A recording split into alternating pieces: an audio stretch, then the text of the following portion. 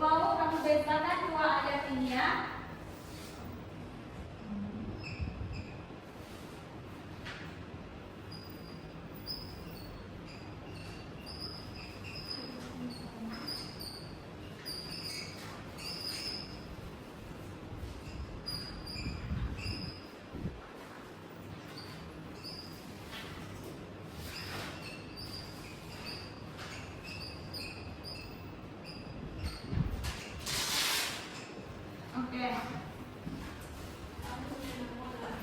Ali menendang bola.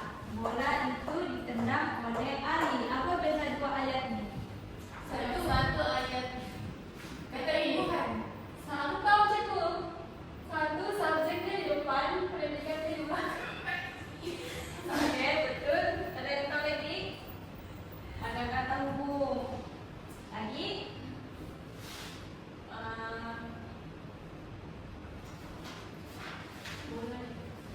Oke. Biasanya di sini adalah kata kerja.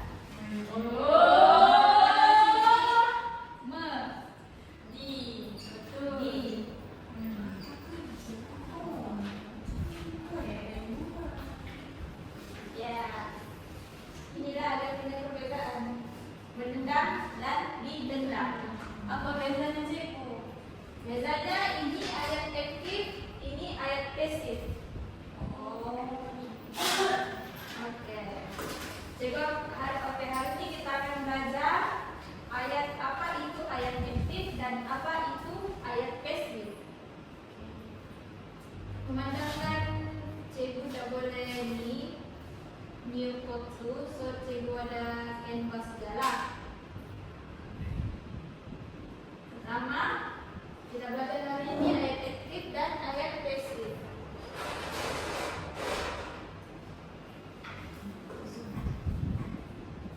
Objektif pembelajaran kita hari ini adalah menganalisis perbedaan struktur ayat aktif dan ayat pasif dengan tepat. Yang kedua yaitu menilai kesesuaian penggunaan ayat aktif atau ayat pasif dalam berbagai situasi.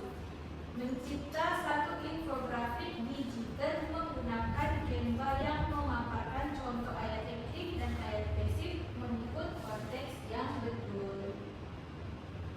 Oke, apa itu ayat aktif dan ayat pasif? Ayat aktif ialah yang menekankan ataupun mengutamakan si pelaku ataupun si pembuat sebagai subjek dan ayatnya mestilah mengandung kata kerja yang berawalan meninggal.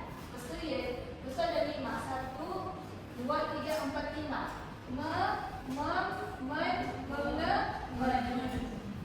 Itu yang kedua ayat pasif. Ayat pasif ialah ayat yang menekankan atau mengutamakan objek dan perbuatannya.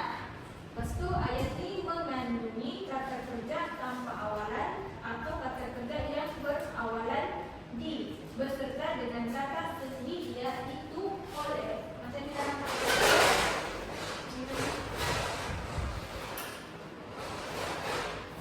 saya bilang sini awalan atau kata kerja yang berawalan di.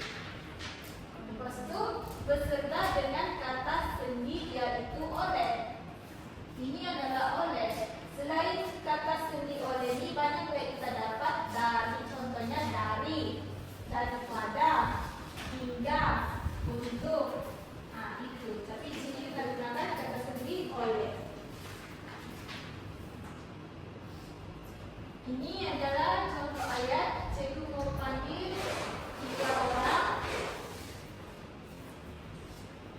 Yang pertama Fadila. Silakan Fadila, cikgu mau soal kamu. Dengan cara sambung. Saya memahami dia. Oke, cikgu mau kamu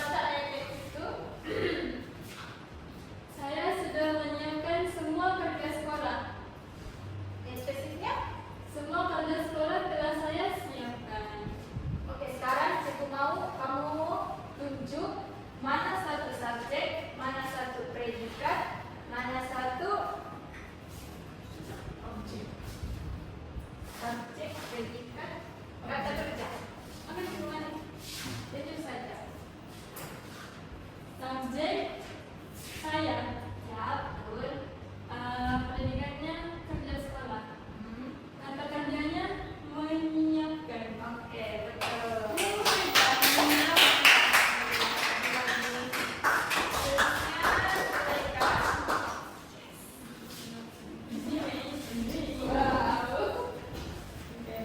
Baca ayat nomor 2. Gaya efektif ayat membelah kayu api itu. Ayat pasifnya kayu api itu dibelah oleh ayah. Dia punya subjek, Subjek ayah, predikat, kayu api itu. dia punya kata kerja. Membelah. Oke, betul.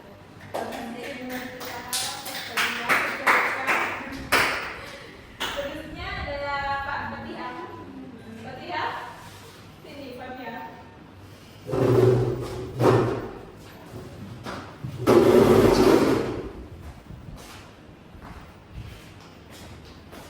Baca ayat nomor 3. Ayat aktif mereka sedang menganiaya tikar membuah. Ayat pasif tikar membuah itu sedang dianyam oleh mereka.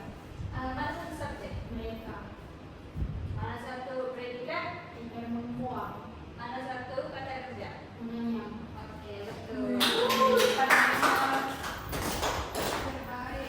Jadi kamu paham sudah apa itu ayat aktif dan ayat pasif itu? Paham. Ataupun paham sedikit-sedikit ya? Mau pengukuhan lagi sebelum. Oke, kalau mau pengukuhan, coba ada tugas untuk kamu. Memandangkan kamu punya internet tidak pasangan juga kan? Ya. Jadi, silakan 4 orang, silakan bagi kamu membuat kumpulan. Zulaika dan Fatihah, Syarhani dan Fadila.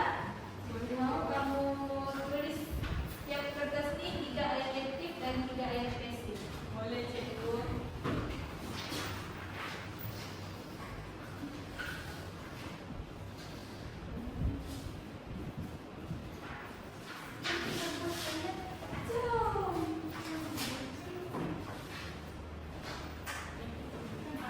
Tiga. Tiga pasif.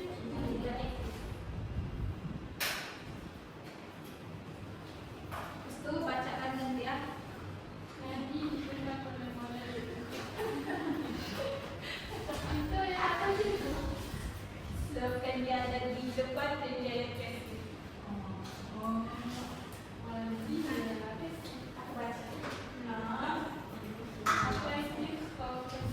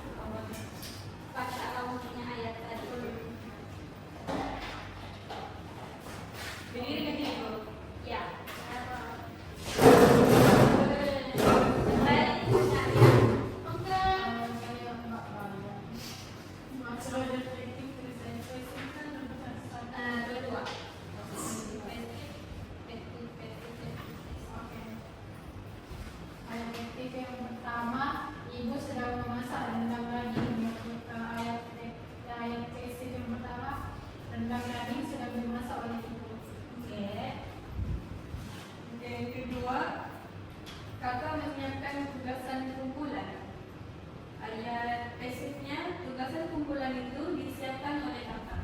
Oke. Yang ketiga, Yang ketiga, ayat aktif penduduk kampung itu mengambil air di sungai. Ayat pasifnya, air sungai itu diambil oleh penduduk kampung. Oke. Pandai. terima kasih Cikgu. Dan teman-teman kumpulan sehari dan jom Fadila, jom. Aku baca dulu aja. Ayat aktif. Kakak memasuk kain itu di belakang rumah. Oke. Ayat pasifnya, kain itu dibasuh oleh kakak di belakang rumah. Oke. Ayat aktif kedua, Hani sedang menyusun tugasan universitas.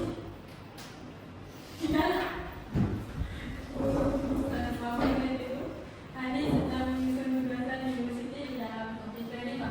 Oke. Tugasan ayat pasif yang kedua, tugasan university sedang disusun oleh Hani di dalam komputer 5. Oke, yang ketiga, kucing itu mengejar seekor tikus di depan dapur. Oke.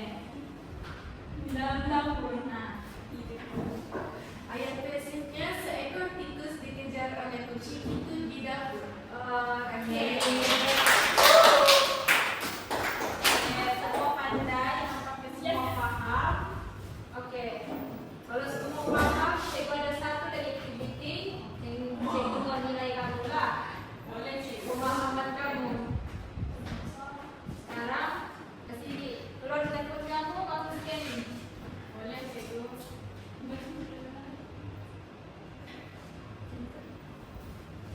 Sahabat.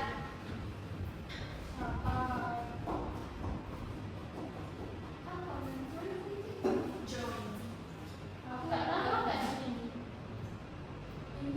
Iya nama. Cikgu ulang buat cikgu kamu. Itu a joint call.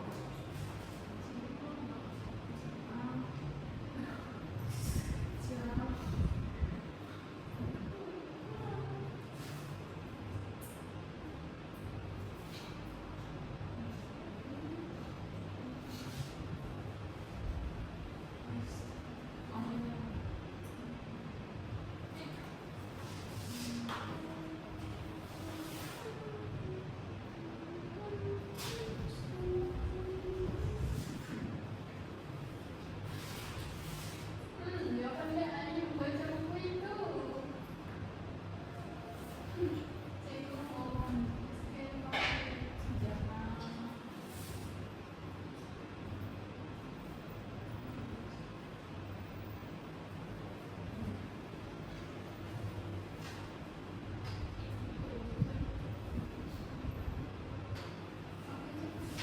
Sahabat sudah. Cikgu kejap. Cikgu kejap.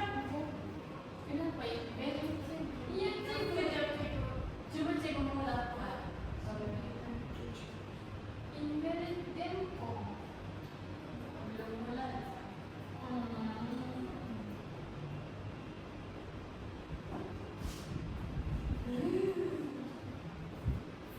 Oh, salah.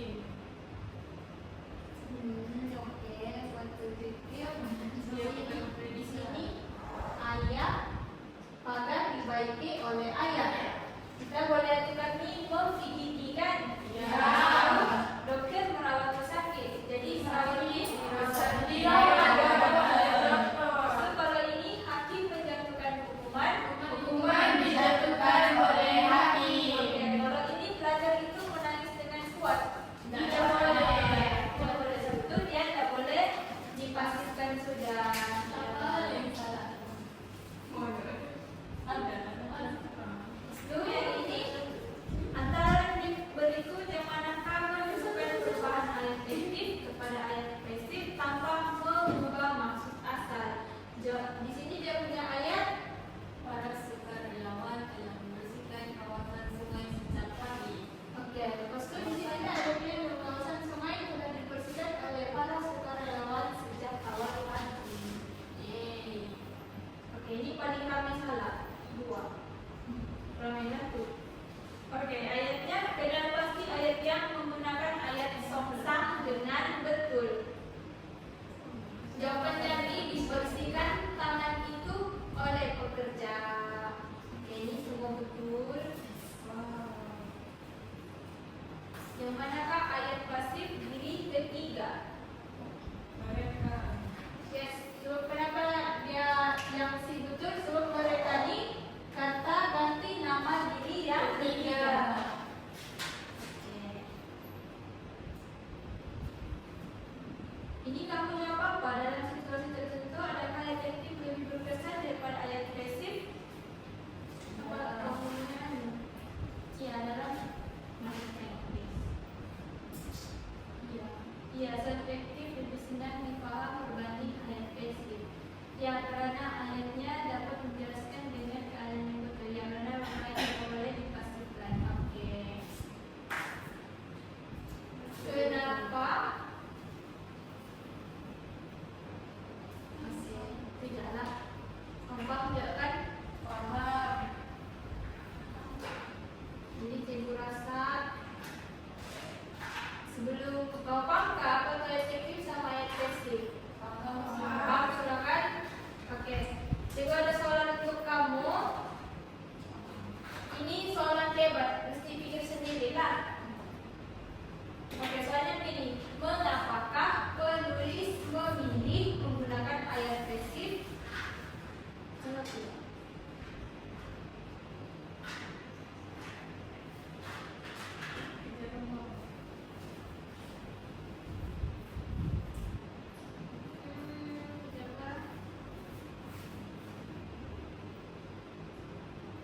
Oke, ayat ini.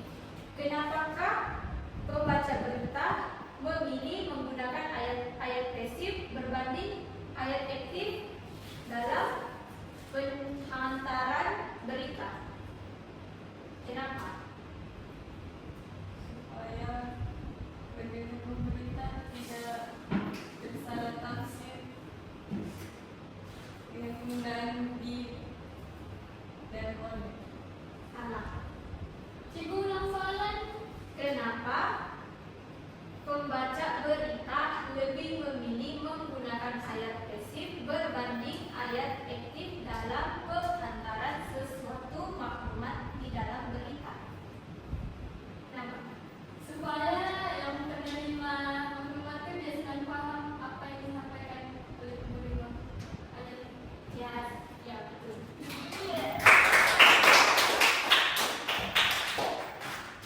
Nah, di sini selain jawaban si Fadilah ini, penulis berita menggunakan ayat pasif apabila ingin memberikan penekanan kepada tindakan ataupun peristiwa yang berlaku.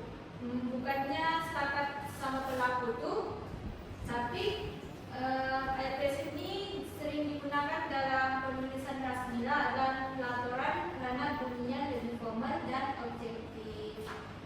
Itu sahaja kita belajar hari ini. Cikgu harap kamu paham apa yang cikgu ajar.